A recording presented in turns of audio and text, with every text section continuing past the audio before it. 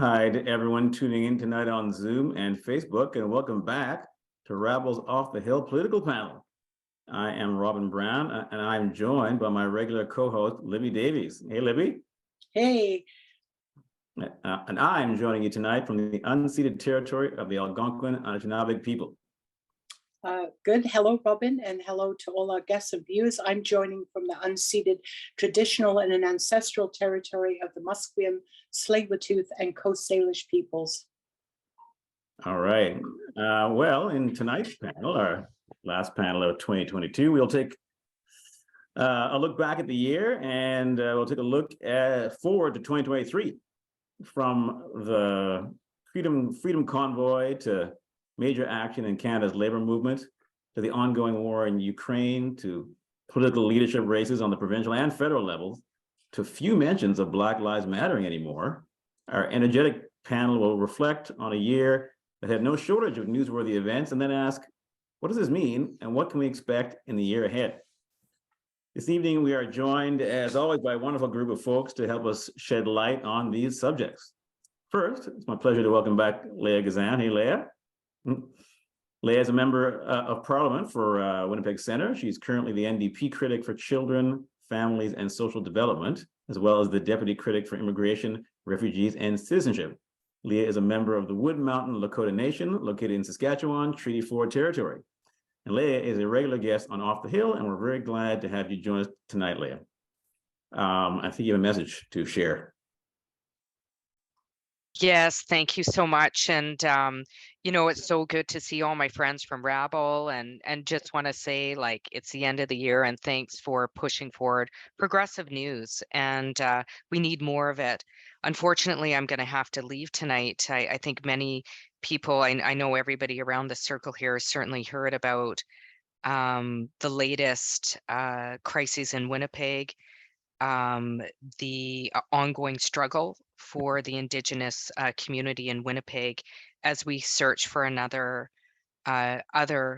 lost Indigenous women and girls suspected to be in the Prairie Garden landfill site, something that the police had indicated 2 days ago that it was up to Indigenous peoples to advocate for their own search, something pretty characteristic of the normalized genocide against Indigenous women and girls and Two-Spirit in this country.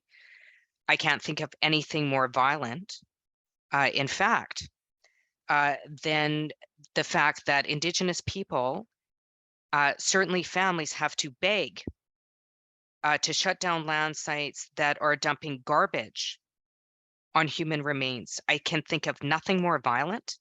I can think of nothing more racist, that we accept this in Canada. Certainly, if it wasn't for the hard work of families who continue to fight for human rights, certainly the daughters of Morgan Harris that I've had the pleasure of meeting with and now working with, certainly shouldn't have to beg for a place to honor their mother, to which Kara Harris said so eloquently, I need a place to honor my mother, and it can't be at a garbage dump. We need to do better. We need to work harder. We need to work harder at all levels of government. And if anybody is okay with this, if anybody is okay with this normalized genocide, I think if any time in Canadian history, recent Canadian history, with the ongoing genocide of Indigenous people, where we need to take a pause and rethink about how we do things, it is now. So today is actually not about me. Today is about the solidarity with Indigenous and non-Indigenous people that are joining on this place that we now call Canada, the international community, who is saying enough is enough. So I am saying enough is enough. And so I will have to leave the panel early, unfortunately, today, to make sure that we continue to fight for the message, enough is enough, and we will not stop until we see justice. And that includes finally responding to the calls for justice, 231 calls for justice that lay out a very clear plan. including plans for police that have indicated, apparently, I haven't been able to read the news, I haven't had time today. Marcus Chambers, the chair of the Winnipeg City Police, has now rescinded his comments and apologized. That's what I hear. I mean, it's moving steps. Who have indicated that, you know, it's just beyond their scope of policing to investigate crime scenes, apparently. Now, I can't comment on the case. Certainly the how they investigated, I cannot comment on any of that.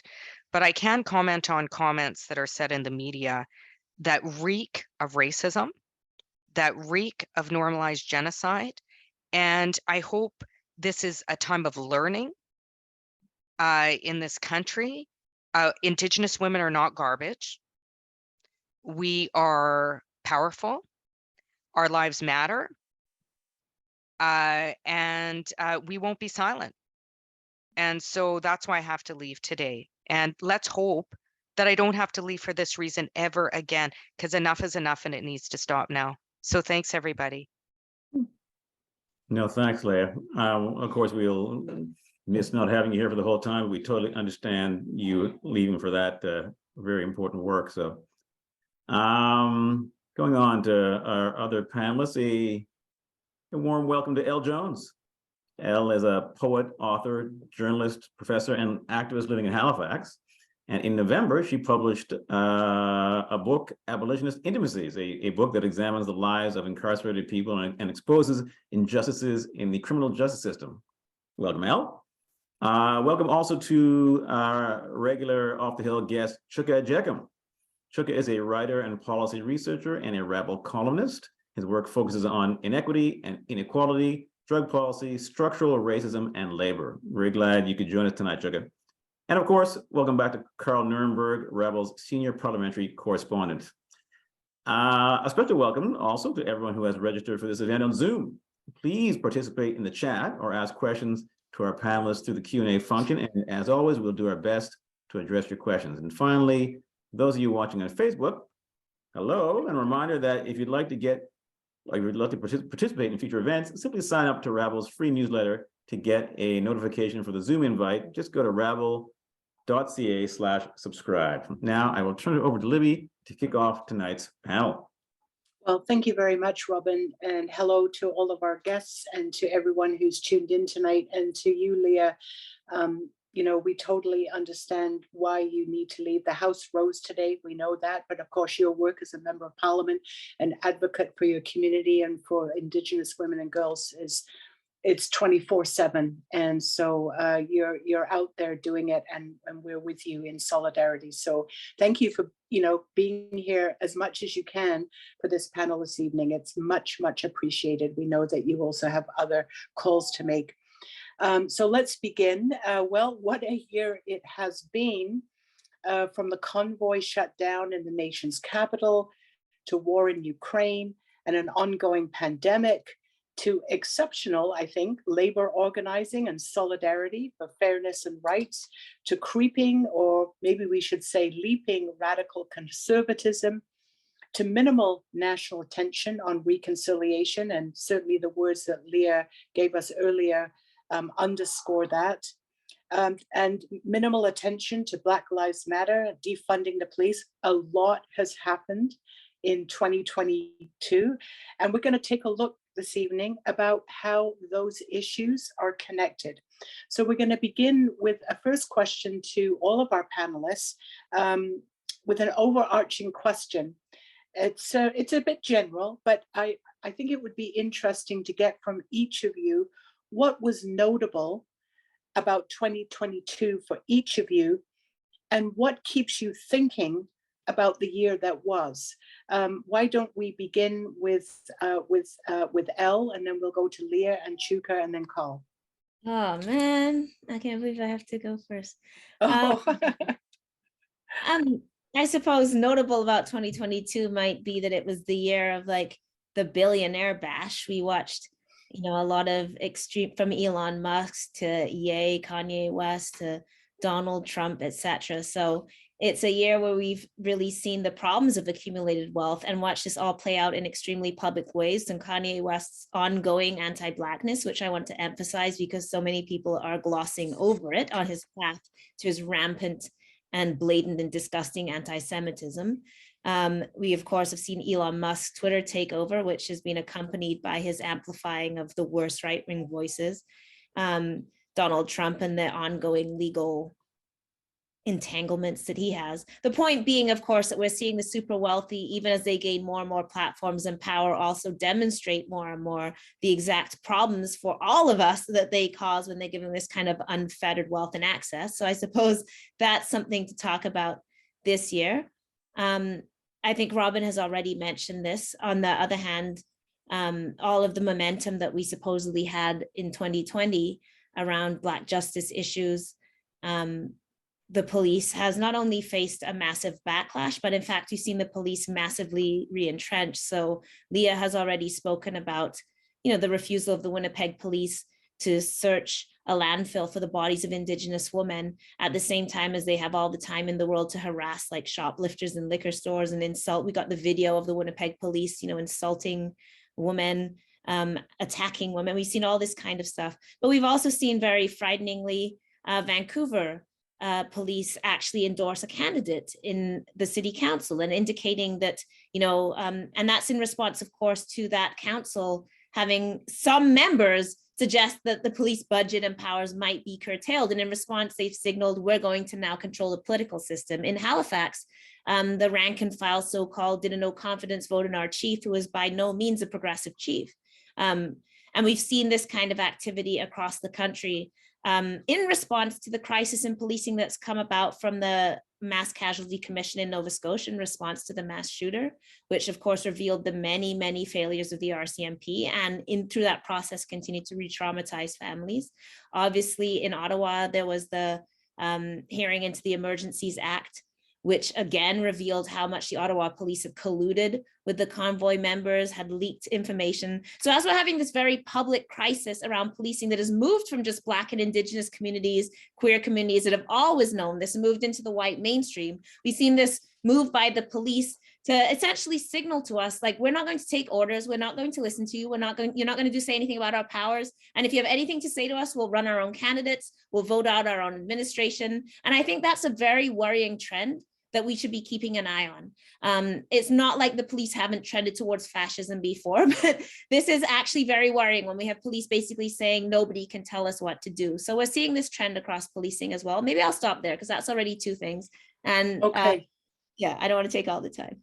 Well, we'll have more opportunity to get back into it. So thank you for that, Elle. It really sets the stage about what 2022 was like. Leah, just anything that you'd like to add at this point? Well, I think it certainly, I mean, bravo, Al. I mean, we see this bashing of the corporate elite, which, I'm on team bash corporate elite. So, happy about that. We also recently got a daycare bill through. It'll be going to committee. This is something the NDP has fought for 500 years. I mean, literally 30 years. And the certainly childcare advocates across the country, childcare workers are happy about it. I think that was really monumental, and I was really proud to be the critic for families, children, and social development. I think this will be a game changer for families, and particularly the part that the NDP really fought for was to put the priority on not-for-profit public childcare system, especially when you see premiers backing private childcare systems that we know is bad for workers and is paid for on the backs of families. We need to protect the childcare system. I also, I just a couple of good things. I just got finished in a press conference. We did a study in the Status of Women Committee on the relationship between resource extraction and increased violence against Indigenous women and girls with unanimous support. This is monumental. And I'm hoping that some of this stuff coming out of the House will be helpful, particularly as we advocate. But we have a lot of work to do. Now more than ever, people are struggling, certainly in my riding. our party, and certainly myself, has been calling on CERB amnesty for families that are already struggling to get by, particularly in my riding that competes to be the second or third poorest urban riding in the country at any given moment. And, issues with the immigration system. Ongoing issues in the immigration system. And I would say we really need to really look at our immigration system and really peel back the onion and really start dissecting the racism that's embedded and in our immigration system in a really aggressive way. And I think it's becoming more apparent. And I think that we need to take very clear stands on it. And again, things that I'm dealing with in my riding, I see the impacts of growing inequality and the impacts of poverty, and the fact that the government still is not on board for a guaranteed a livable basic income, ground zero in my community. Meanwhile, you see all these corporations being let off the hook, and things are getting tougher for people, and we're seeing it on ground zero. So we need to address this. We need to aggressively address this. We're in a human rights crisis, whether it's what I shared at the beginning, or the fact that people in droves are experiencing being unhoused for the first time, growing inequality. We need to address this immediately. And if we want a healthy place to live, then we have to invest in people, and that's not happening right now. And so I'm looking forward to continuing to fight this fight in the House of Commons in 2023. Thanks. Thanks, Leah, and congratulations on the childcare bill. It's very important, and the focus on not-for-profit and the unanimous response from the Status of Women Committee. That's I'm sure we wouldn't have heard that anywhere else other than on this Rabble panel. So thanks for noting that. So now over to Chuka. How did 2022 look to you? What was notable? I think what stands out to me in recalling the year is the degree to which the contradictions that are sort of embedded in our society have more and more come to the fore. I mean, we've seen increasing labor conflict, which of course is a very explicit demonstration of an embedded structural and class contradiction in our society, but also, as Elle mentioned, increased police interference in politics, increased explicit expressions of what police foundation or organizations' political interests are, health measures, all manner of protections for regarding the ongoing COVID-19 pandemic, but also measures sort of specifically to reflect the differential susceptibility to severe illness related to the pandemic that people may have. All of those are sort of dashed effectively with an explicit recognition that none of that is as important as, quote unquote, the economy. The government increasing its push for medical assistance in death without reckoning with the incredibly brutal mortal inequity that program is revealing. Chrystia Freeland saying you're with us or you're with the terrorists, but this time the terrorists are Russia and China in their entirety. I think that it's increasingly clear, or the sort of fault lines in our politics are growing increasingly clear. The material interests of various aspects of our society, various parties within our society, are being more overtly pursued by those parties. And I think that it is, driving toward a point of contention where some of these conflicts, some of these contradictions will find a resolution one way or another. I simply hope that resolution's in our favor.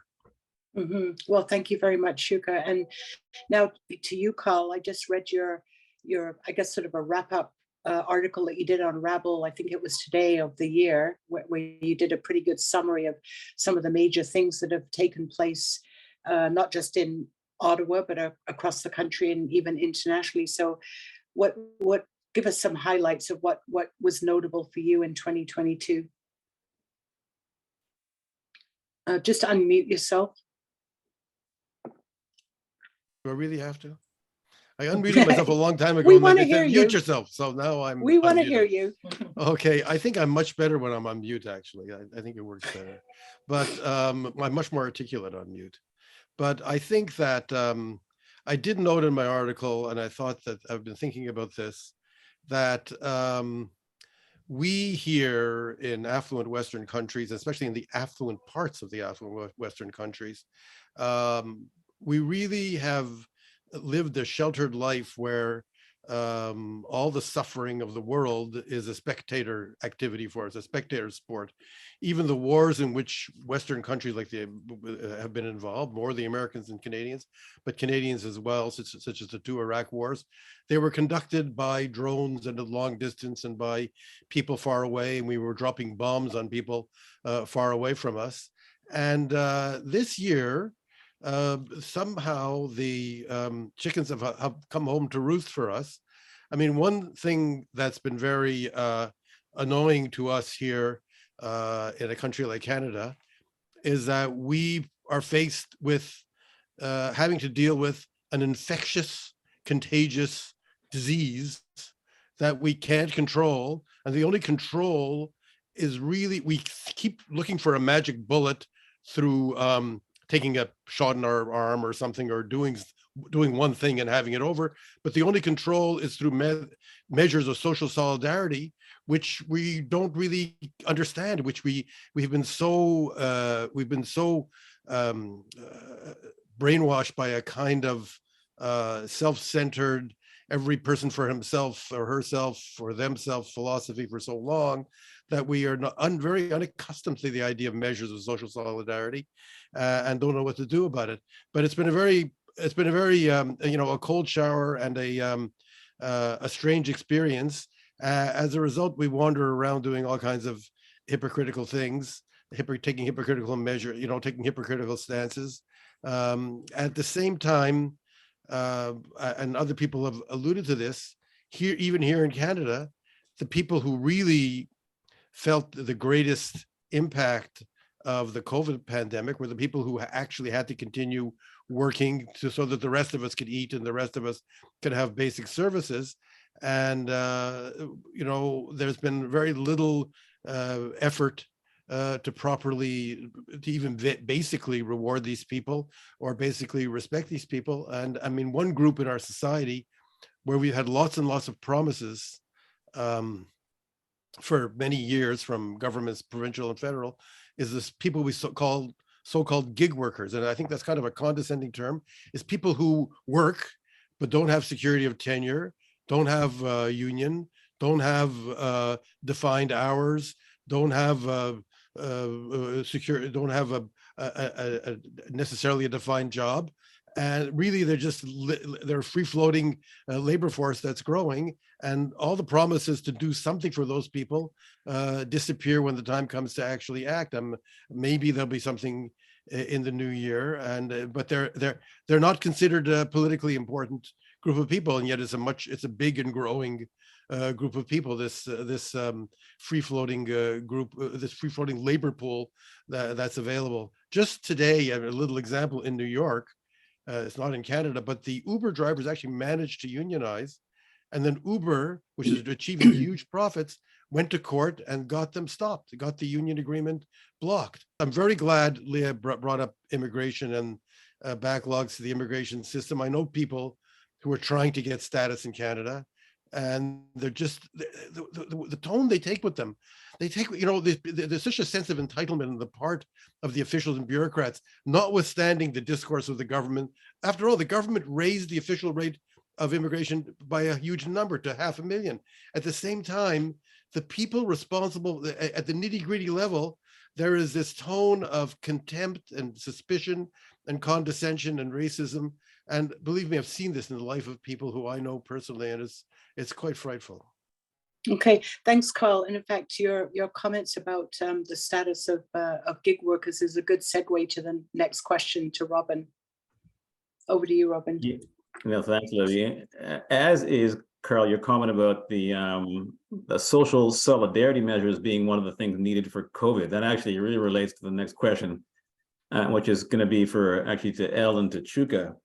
So on Rabble's podcast, Rabble Radio, Rabble editor Nick Seabrook interviewed economist Jim Stanford about the state of the economy and its impact on us as workers, consumers, and activists. And he noted the potential for greater social division and hard times ahead. So let's go with over to Elle first, I guess. Do you agree? And if so, what lessons have we learned in 2022 that we can use to create fair and equitable conditions for people to create more unity rather than division.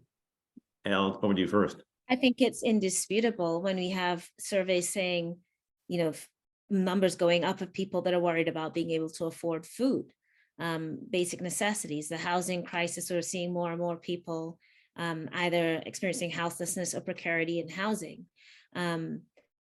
Inflation that has, of course, put so many goods out of reach. So I think it's indisputable that these times are extremely tough for people. Power bills that are going up. So really, really basic things that are that people are struggling to either put on their table or to just live in warmth.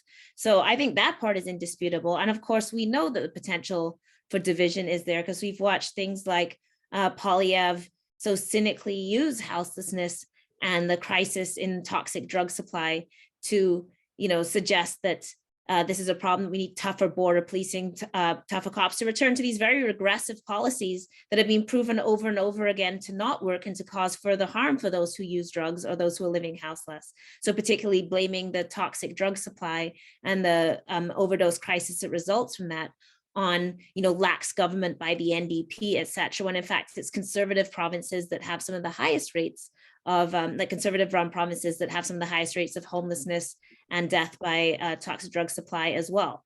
So we see this cynical exploitation of these very real human conditions by people using human beings as a backdrop in order to pursue this false populist narrative that of course has nothing to do with serving the working classes or those people who are in need. We've also, of course, as has already been mentioned, seen an unprecedented collective attack on workers nationally, internationally, towards use of the notwithstanding clause. We've seen an unprecedented amount of academic strikes. So like precarious workers in the universities from McMaster to Dalhousie, there's more strike votes. St. Mary's in Halifax has had a strike vote. So we're seeing particularly precarious academic workers and other workers, teachers, the support workers that have been either out on strike or are considering strikes. And of course, we also see this, you talked about the Uber drivers being pushed back. Twitter, which I mentioned, is of course also a labor issue, the firing of those workers and the installation of like bedrooms so that the expectation that they'll be hardcore and work to keep their job. Many of those workers are on visa. Internationally, we saw Haitian workers striking in factories and walking out who couldn't afford signs, so they were holding branches. So we're just seeing the train workers. So on and on and on, we can list all these places where workers, probably as a response to the pandemic and many of these manufactured economic crises of inflation, et cetera, that are feeling the squeeze. Now, the flip side of that is we saw a great deal of solidarity in response to Ford's abuse of the low-paid education workers, where we saw the unions coming together and people suggesting a general strike, but certainly we saw a lot of that solidarity. We've seen a lot of responses from the Amazon union, et cetera, where we saw particularly young Black people, working class people off the shop floors that are organizing newly into unions, and young academic workers, and many of them who are also international students that are organizing together. So we've seen, in response to these attacks on workers, we have seen an increase in the understanding of worker solidarities and renewed interest in union. And I think a growth in our ability to build that strength to fight back. So I think we've certainly seen those responses. But as we know, the crisis is also at the same time, as has already been mentioned, we are completely predictably having a mass growth in the right wing, in fascist organizing, in far right organizing, in the rise of anti-Semitic and hate speech, racism. We're seeing all of this backlash, the ongoing anti-woke, whatever that means. So the inability to even name what that means. So the appropriation of a Black term that's, from the 1930s onwards, to name the coming to consciousness of Black people to racial consciousness that has been appropriated by the right and then also by so-called centrists in order to now mean anything that makes us uncomfortable or we don't like, and using this as this broad brush that used to be what we called politically incorrect to political correctness, and now it's all anti-woke and anything can be placed under that banner. And therefore, whether that's trans people using pronouns, whether that's Black people wanting us to be educated about the history of slavery, whether that's Indigenous people wanting Indigenous rights,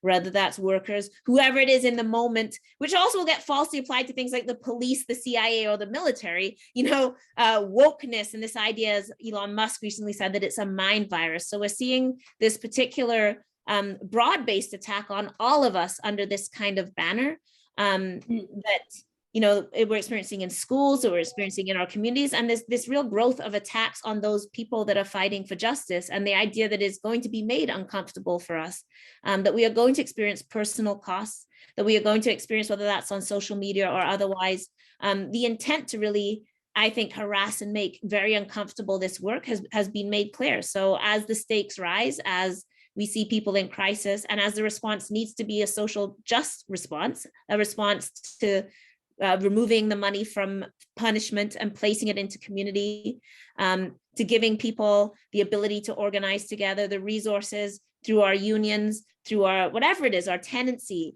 through, like, we need to understand and organize across race lines, across class lines, across all of these different silos. And that ability is always going to be taken from us and backlashed to us and made us believe we're always going to be divided and ruled on this.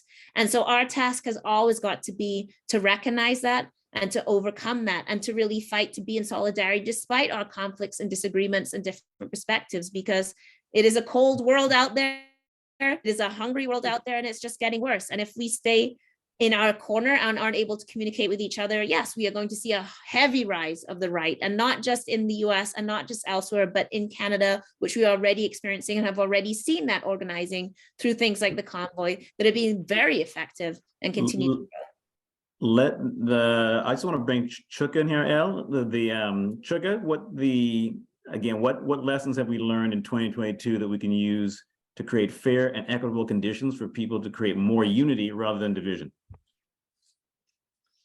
Yeah, well, I think, you know, as El pointed out, the right, particularly the far right, does benefit from any sort of social, economic, or political dislocation or disruption. There's a significant amount of writing on how economic recessions benefit right-wing organizing. I think that, and like the organizing, it has an explicit purpose. You know, authorities in Germany just foiled or just made dozens of arrests across the country in relation to an explicit plot to overthrow the government. The group, reports have not made clear how imminent the plot was meant to be initiated, but it was a serious plot. They had a number of firearms, and their plans included dissolving and replacing the government and seizing state houses by force.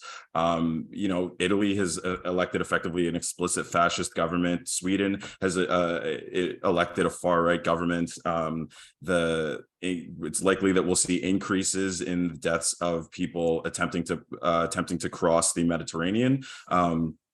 But so, you know, there's like the increase in right-wing organizing also, you know, it has risen and can rise to a threat that attempts a sort of right-wing overt fascist revolution. And I think that the sorts of solidarity that can be employed to sort of defend people's well-being and fight for people's well-being in that regard can be very encouraging. You know, one significant example from the past year, I think, is the New School strike, in which students occupied the university center in support of the part-time faculty. So students who weren't, you know, workers represented by the union, but they occupied part of the university in support of their striking teachers, which ultimately forced the university to give some concessions. So I think that sort of solidarity that isn't sort of explicitly allowed within the law is going to be particularly important, because I think we really have to recognize that, like, the Canadian government,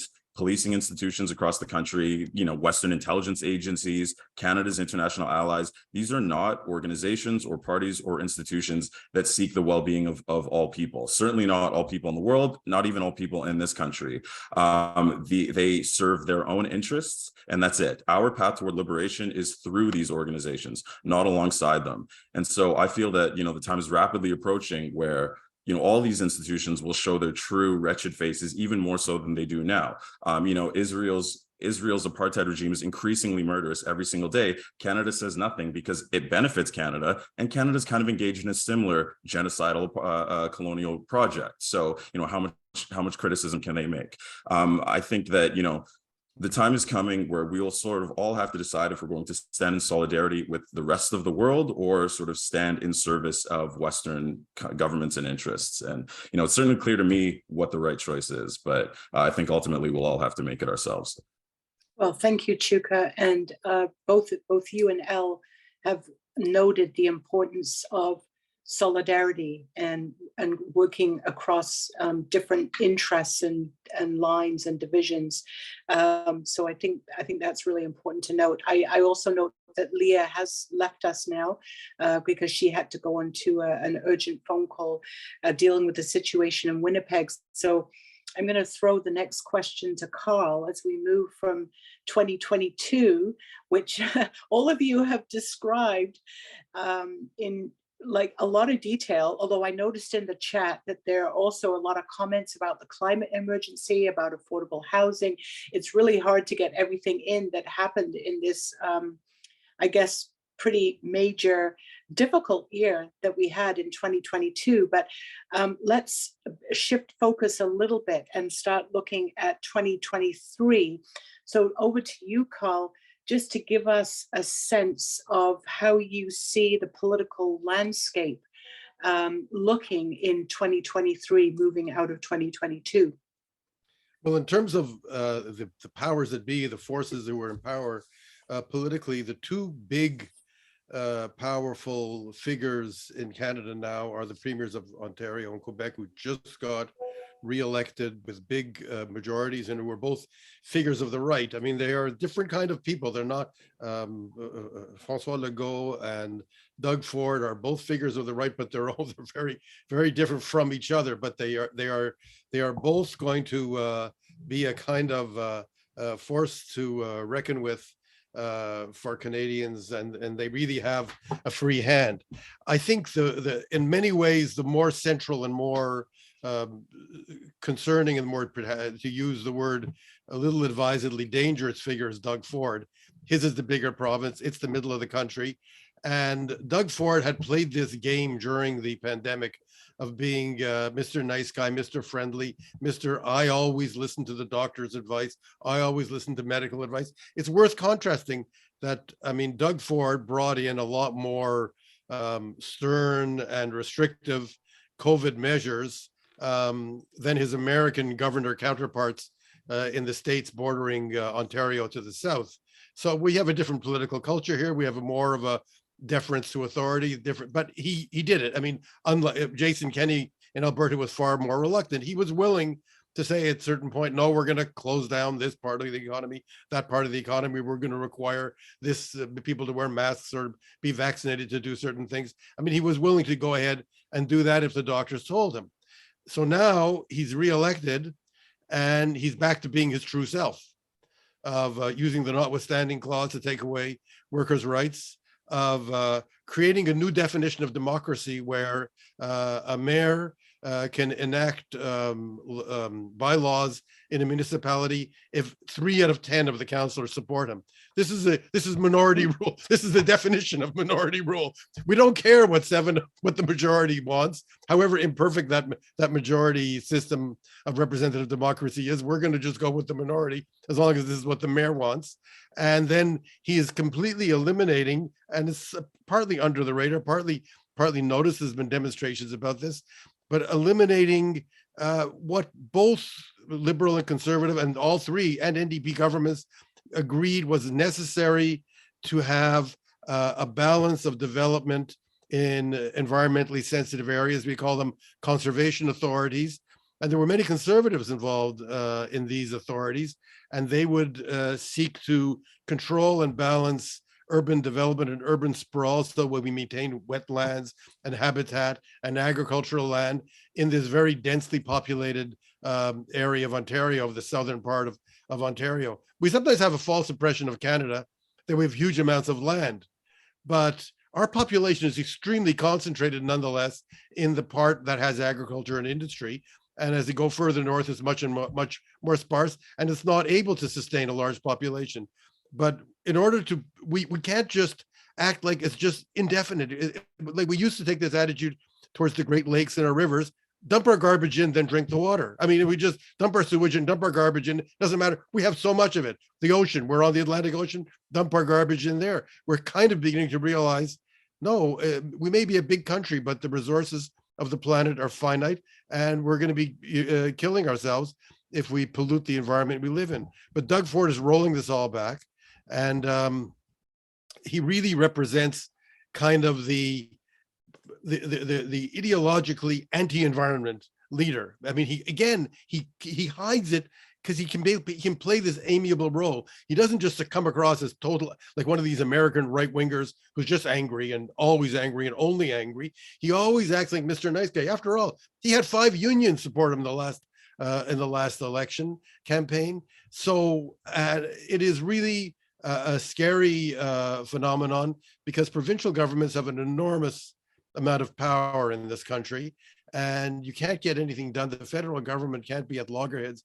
with provincial governments and get anything accomplished. And I think that is really, that's a frightening development. I also think that what is another frightening development is in healthcare, we're going to start getting huge pressure, just as we have all kinds of pressure for the federal government to invest more in healthcare. All kinds of people are running around saying now the solution is more private sector, more privatization, bring in different kinds of private sector options. And you have false news people like the C.D. Howe Institute that run around saying, oh, Canada is much more of a socialized and public sector healthcare system than other countries. It's actually not true. It's just that we cut the healthcare pie in a different way than from other countries. But it is going to be, just today, we have the beginning of a real Donnybrook between the federal government and, to some extent with reason, the Trudeau government and the provinces, where the federal government is saying, okay, more resources for healthcare, but we've got to reform the system and we have to have a new agreement. And I think this is going to be, in 2023, I think this is going to be a source of great tension and conflict. One thing that I say will be interesting to look forward in 2023, Alberta and Manitoba are very likely to get new governments, and they're not going to be conservative governments in all likelihood. We can never predict anything, but we have obligatory elections, an obligatory election in both provinces this coming year. So we can look forward to change of governments there. Okay, thanks, Karl. Too much information, sorry. No, it's all good. I wish we had more time, but we'll move on to the next question. On this one, I think we will give, well, Leah's gone now, to Ellen Chuka. So what successes or setbacks did the left have last year in claiming and staking out a radically progressive social and economic agenda on issues like labor rights, Indigenous power, ending violence against women, or climate change? Let's start with Chuka this time, then we'll go to Elle. Oh, you're on Chuka, mute. right. Yep. Actually, I'm going to speak about a bit of a different focus. It's still a setback of the left, but I kind of want to talk about foreign policy or international solidarity. I think that in the sort of grandest, most gracious possible consideration, the left, right, like everybody who isn't explicitly a right winger, was in a somewhat, or faced a sort of odd position in the in attempting to understand and bring a politically informed analysis to the invasion of Ukraine. Obviously, a country being invaded is not an especially complicated issue in itself. An invasion is illegal for a reason. It is an offensive act of war. It is heinous. Millions upon millions of people driven from their homes, forced into insecurity, forced to experience hunger, to suffer the elements, and uncertainty in their future. All of that is egregious and should never happen anywhere, of course. The issue, obviously, is the great pains that Western countries and, effectively white countries went to offer aid to Ukraine and Ukrainians fleeing the country, but that they would never, or I should say have never, offered to other countries. As Alex Koch reported recently, the Canadian government explicitly acknowledged that they wanted to make sure that people who are not Ukrainian did not expect or demand the same provisions that they had offered to Ukrainians fleeing invasion. So, I mean, it's difficult to get more explicit than that. Make sure none of the filthy non-whites find out what we're doing for the Ukrainians. So I think But I think the issue is, of course, now Western countries, Canada, the US, NATO is entering this or has drawn out this longer, more protracted conflict with what they construct as their official enemies, Russia and now China as well. We've over the past year a lot of discussion about how China needs to be more prepared for a military conflict Canada needs to be more prepared for a military conflict with China. Canada needs to increase expense on NORAD. Canada's NATO contributions need to increase. People, pundits, and people connected to the U.S. State and in sort of foreign affairs and sort of intelligence world, explicitly talking about how the U.S. needs to, arm Taiwan the way it's doing Ukraine, or prepare for a Chinese invasion of Taiwan, or invade or attack China prior to them invading and whatnot. So, I mean, I think that, this is decades after decades of anti-communism being effectively in the water supply. So I think that overall, we don't have societally speaking, we don't have like a strong, informed political basis with which to make an informed and critical analysis of the comments and statements that our countries are making. The political course of events, which goes back further than 2014, and in earnest, it goes back ultimately almost a century. But this immediate thing, it still goes back further than 2014. The political conflict that led up to this point, and of course the need for meaningful global solidarity that does not prioritize white or European lives. Our government is not going to do that. Our government does not have a vision for the world that doesn't prioritize white lives, because NATO doesn't either. Neither NATO, neither the Canadian government, they're not interested in a multipolar world. They're not interested in anybody actually objecting to or contesting U.S. power. So, we being human beings, people who feel empathy, who feel concern for the well-being of others around the world, we sort of can't just follow this line. We cannot sign up for the conflicts that our government decides to engage in or aggravate. And we have to have a more informed, sort of meaningful material perspective with which we can understand the world and understand the conflicts which arise within it, and how to seek peace and justice. Because of course, peace and justice are eminently desirable, and people in Ukraine deserve them as well. It's just, or people in Ukraine deserve them. It's just everybody else does as well. Well, thanks, Chuka. I just right before I bring Ellen on this, really glad that you raised the fact that that Russia is being framed as the big enemy right now. And I think it's really important to highlight that, considering we're right in the middle of the World Cup right now, which is being held in Qatar, which has this human rights record. And where was the World Cup 4 years ago? In Russia. And at that point, I guess Putin was a great guy, right? So anyway, Elle, over to you. Again, so question was... Actually expand on the World Cup point. I mean, this has actually been a huge challenge for the Western media, where we've seen this quite little invasion of pitch this whole Western world view, right? Where, for example, Palestine, where we've seen Palestine flags raised all over the place at the World Cup, and the Western media simply does not know what to do with this, because we never report on Palestine, and it's unspoken and only spoken about from the point of view of Israel. And to suddenly be within the Arab world and have Palestine flags and chants of Palestine has been something that we're completely unable to contend with. The human rights, which are real in Qatar, and it is our people, it is African people. So I'm not minimizing that the people that are laboring in Qatar are like other African people. It's like Filipinos, it's people from India. So we don't need to minimize that to make a point. But of course, we know that, for example, Jamaican migrant workers in Canada had to write a letter to the labor minister about the conditions which they described as akin to slavery. So we'll go, oh my gosh, Qatar, migrant laborers, while ignoring our own migrant laborers right here in this country, who we do not provide a path to citizenship for. And while Nova Scotia and BC have now agreed to end immigration detention in provincial facilities, which is a campaign I was part of, that still is not federal. And we continue to, in every other province, and it's still not finished in BC and Nova Scotia, to incarcerate people simply for moving their body from one place to another. So the World Cup is, again, quite instructive, because while the West believes that colonialism is long gone and that this is ancient history, the actual colonized world understands that the World Cup is about colonial grudge matches, and that this is an ongoing reality for many of us, for where we're from, for where we live, for the places that we have homes in. So that's actually a good explanation. But I guess just to try and be a bit quicker, I mean, the question is, we always say the left, but there are in fact many lefts, especially now. The left is extremely fractured. So do we mean the classic left is in class and economic issues?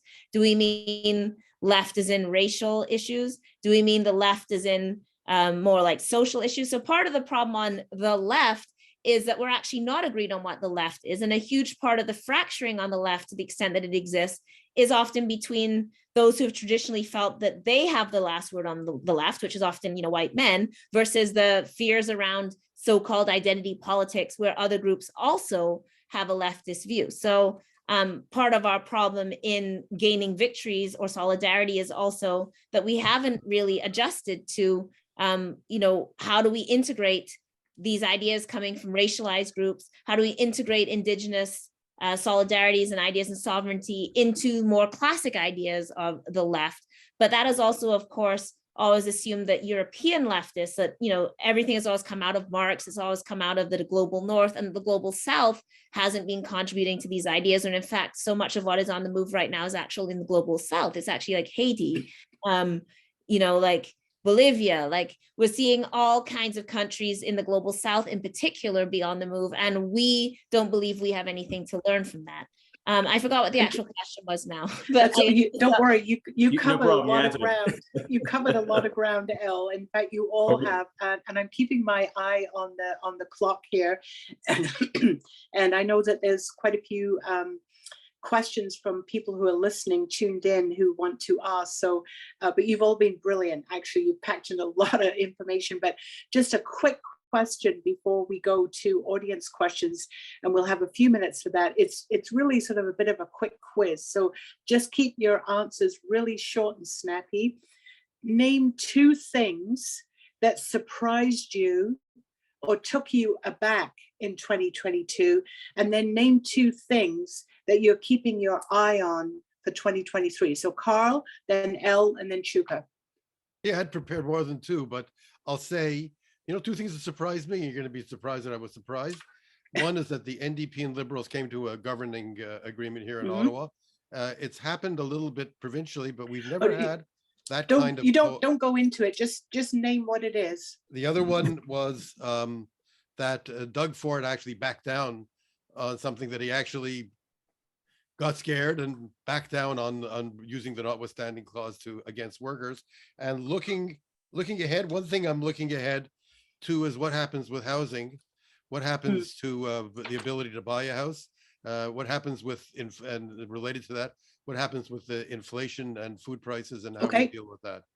Great. Elle. Oh gosh, nothing surprises me anymore.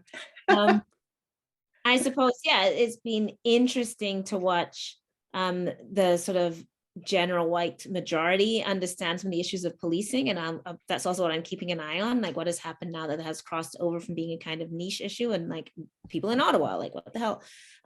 So that'll be both. I don't know, I'm never surprised. I mean, everything just seems like I'm not surprised by Polyev. I'm not surprised by the failure. I'm not surprised by our successes. So let's move to Chuka, I guess. So what are you keeping your eye on for 2023? Anything that's, that you want to flag for people? I think Chuka's correct in that, we never pay any attention to foreign policy. Yep. Okay. Certainly like Haiti, for example, I'm keeping my eye there. Okay. And we'll see what's happening with labor. I think we're going to see some interesting, especially from younger people in the labor movement. I think we're going to see a lot of younger people, like students, young workers, who are also dropping out of the workforce. So I think there's interesting things in the very young generation around thinking differently about work and how that's going to translate into action. Okay. And Chuka, did anything surprise you in 2022? And what are you thinking about for 2023? So I'll be quick and do one of each. I was surprised by the success of now President Lula in Brazil. Good things do happen. Good things can happen, and sometimes they even do. And something I'm keeping an eye on, which unfortunately is not a good thing, is the increasingly deadly violence targeting trans people. It's very frightening, and we're going to have to organize in defense of that community, in addition to many others. Okay, thank you, all of you. You did a brilliant job. And now back to audience questions, and Robin. Thank you for that. We're getting, it's pretty tight, but let's get to some audience questions. We have one here from Kathleen Flaherty, who's asking, why are some politicians timid about acting on climate change when many voters want to see bold action? Because they're Who would beholden like to take that one on? because they take money from corporations, and it's business, and the lie about the economy and jobs. Like, So, yeah. Yeah, honestly, it's like either they're corrupt or they're cowards. Either they're complicit in this horrific, genocidally racist system of extraction and emission, or they are wholly cowardly, and they think that taking any kind of meaningful political stance will lose them their seat, so they don't do it. It's one or the other. Yeah. All right. This one actually relates to the actually this is for L and Chuks. You made reference to this earlier. So yeah, over 2 years after global Black Lives Matter protests following the death of George Floyd, Black lives and defunding the police seem to have almost disappeared from public discourse, including in the 2022 federal budget that announced permanent funding for special representatives on anti-Semitism and Islamophobia, but not one on anti-Black racism. What do you think? Well, given that Lametti just made the decision to intervene into the CRTC case, that is like about saying the N-word, I don't expect him to have any competency in anything else. No, like this has to do with gatekeeping in our community as well, that the Black community is a construction of the elites.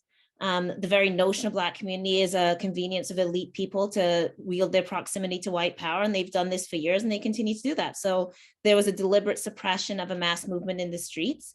And what we got instead was loans for businesses that people have to pay back, and a lot of focus on Black capitalism and no focus on actual justice. So I'm not surprised by that at all. We've seen this pattern again and again and again, and we weren't able to take that mobilizing and turn it into organizing. And the result is that we are perceived as poor and powerless. We're not seen as a community that's worth, that has a political voice. And like when we're going to vote liberal anyway. So, there isn't much, what do they have to please us for? And we've actually seen in every initiative they did do has been a complete failure with no accountability. We don't know what happened to loans. You don't know what happened to anything. And we're not entitled to accountability. And those of us who raise these questions are labeled troublemakers, controversial, and actively removed from these tables, groups, meetings. I myself have been labeled controversial by the Trudeau government and removed from initiatives myself. So the minute you speak the truth they are also cowards and fragile. Sorry, that's the truth. So I don't know if Chuka have anything to add, but. I mean, no, you pretty much said it all. I would just say, like, they're not interested in anti-racism. They're explicitly against it. The Canadian government, Canadian institutions, they're invested in neoliberalism. They're invested in capitalism. They're invested in the existing order. They're invested in colonial violence and exploitation. So, like, anti-racism refutes and refuses and opposes all of those things. It's not just that they're not interested in pursuing it. They actively suppress it. They bring people in who they know will not cause trouble, will not ruffle feathers, will not actually seek to upend or abolish racist systems. And then they use those people to kind of control the discourse, or sanction discourse in it. But they're not on side. Okay, like, they're not on side, I promise you.